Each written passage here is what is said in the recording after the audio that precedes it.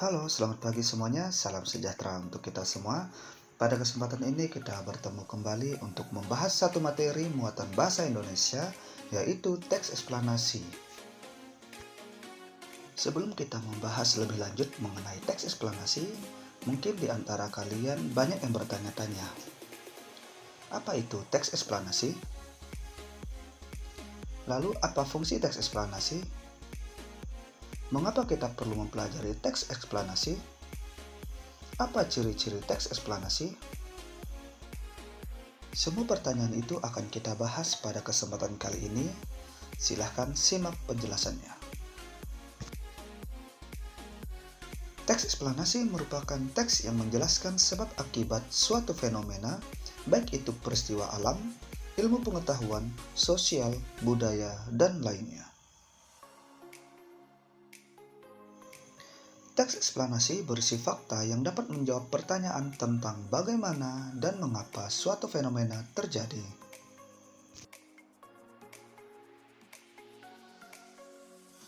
Oleh sebab itu, tujuan utama teks eksplanasi adalah untuk memaparkan proses dan sebab terjadinya suatu fenomena. Penjelasan yang dipaparkan dalam teks eksplanasi berdasarkan bidang keilmuan atau bersifat ilmiah yang mengacu pada fakta, realita, teori, dan hasil penelitian yang dilakukan oleh ilmuwan. Berikut ini adalah struktur dari teks eksplanasi. Yang pertama, pernyataan umum, yang kedua deretan penjelasan atau isi, dan yang ketiga simpulan atau penutup.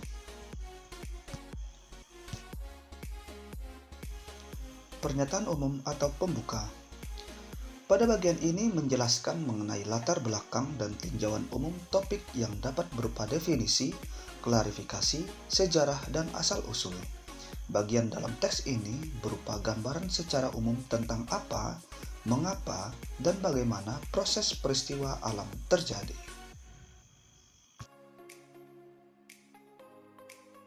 Deretan penjelas. Pada bagian ini berisi perincian proses atau sebab terjadinya suatu fenomena yang juga mencakup akibat dan dampak yang ditimbulkan.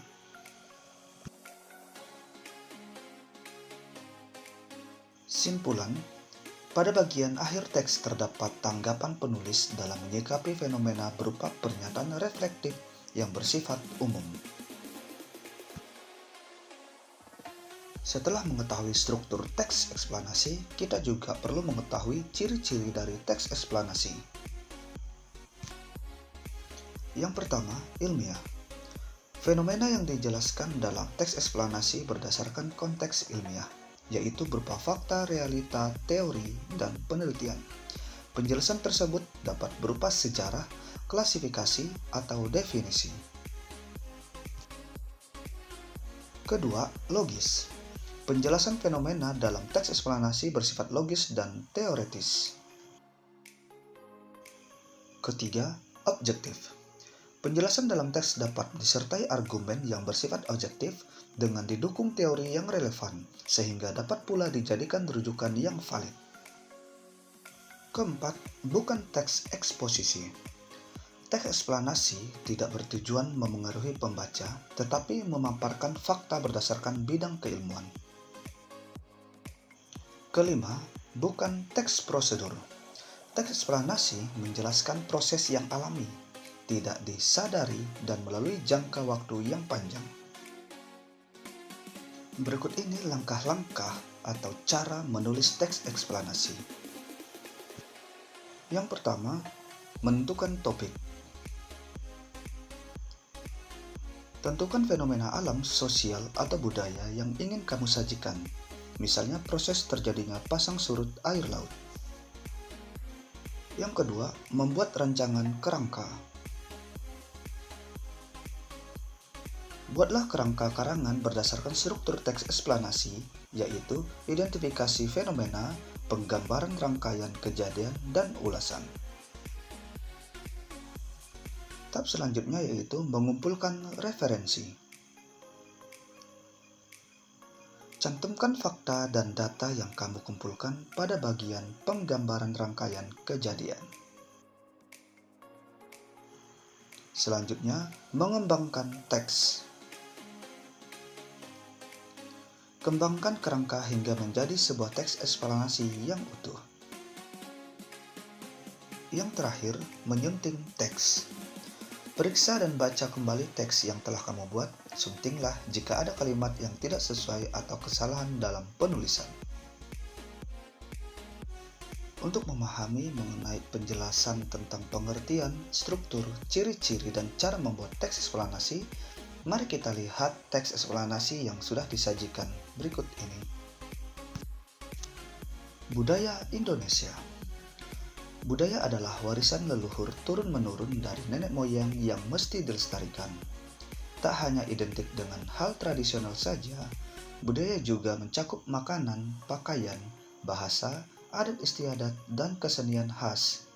Apabila mendengar kata budaya, biasanya yang terlintas pada pikiran kita adalah ciri-ciri khas suatu tempat atau daerah. Hasil budaya terbagi menjadi 3, yakni kepercayaan, pengetahuan, dan estetika. Budaya juga merupakan cara kehidupan berkembang, karena satu tempat dengan tempat yang lain bisa mempunyai budaya yang beda. Budaya ini diturunkan dan diwariskan dari generasi terus ke generasi selanjutnya. Namun, budaya juga bisa saja berubah mengikuti perkembangan zaman. Perkembangan teknologi dan informasi, perubahan lingkungan, cara hidup masyarakat juga merupakan faktor lainnya yang bisa memengaruhi budaya. Perubahan budaya memiliki dampak positif dan negatif. Sejatinya, budaya merupakan warisan leluhur. Oleh karena itu, budaya sangat perlu dijaga dan dilestarikan sebagai sikap menghormati dan menghargainya. Budaya juga merupakan salah satu kekayaan yang harus dijaga supaya tidak punah. Berdasarkan contoh teks eksplanasi tersebut, dapat kita simpulkan bahwa pada paragraf pertama merupakan bagian pernyataan umum, di mana penulis membahas secara umum pokok bahasan mengenai budaya. Nah, pada paragraf kedua termasuk ke dalam deretan penjelas, di mana penulis menjelaskan secara rinci mengenai budaya itu sendiri. Sedangkan pada paragraf ketiga merupakan bagian simpulan, di mana penulis memberikan tanggapan dalam menyikapi suatu budaya. Berikut pembahasan mengenai materi teks eksplanasi. Semoga pembahasan kali ini bermanfaat untuk kita semua, dan sampai jumpa pada pertemuan berikutnya.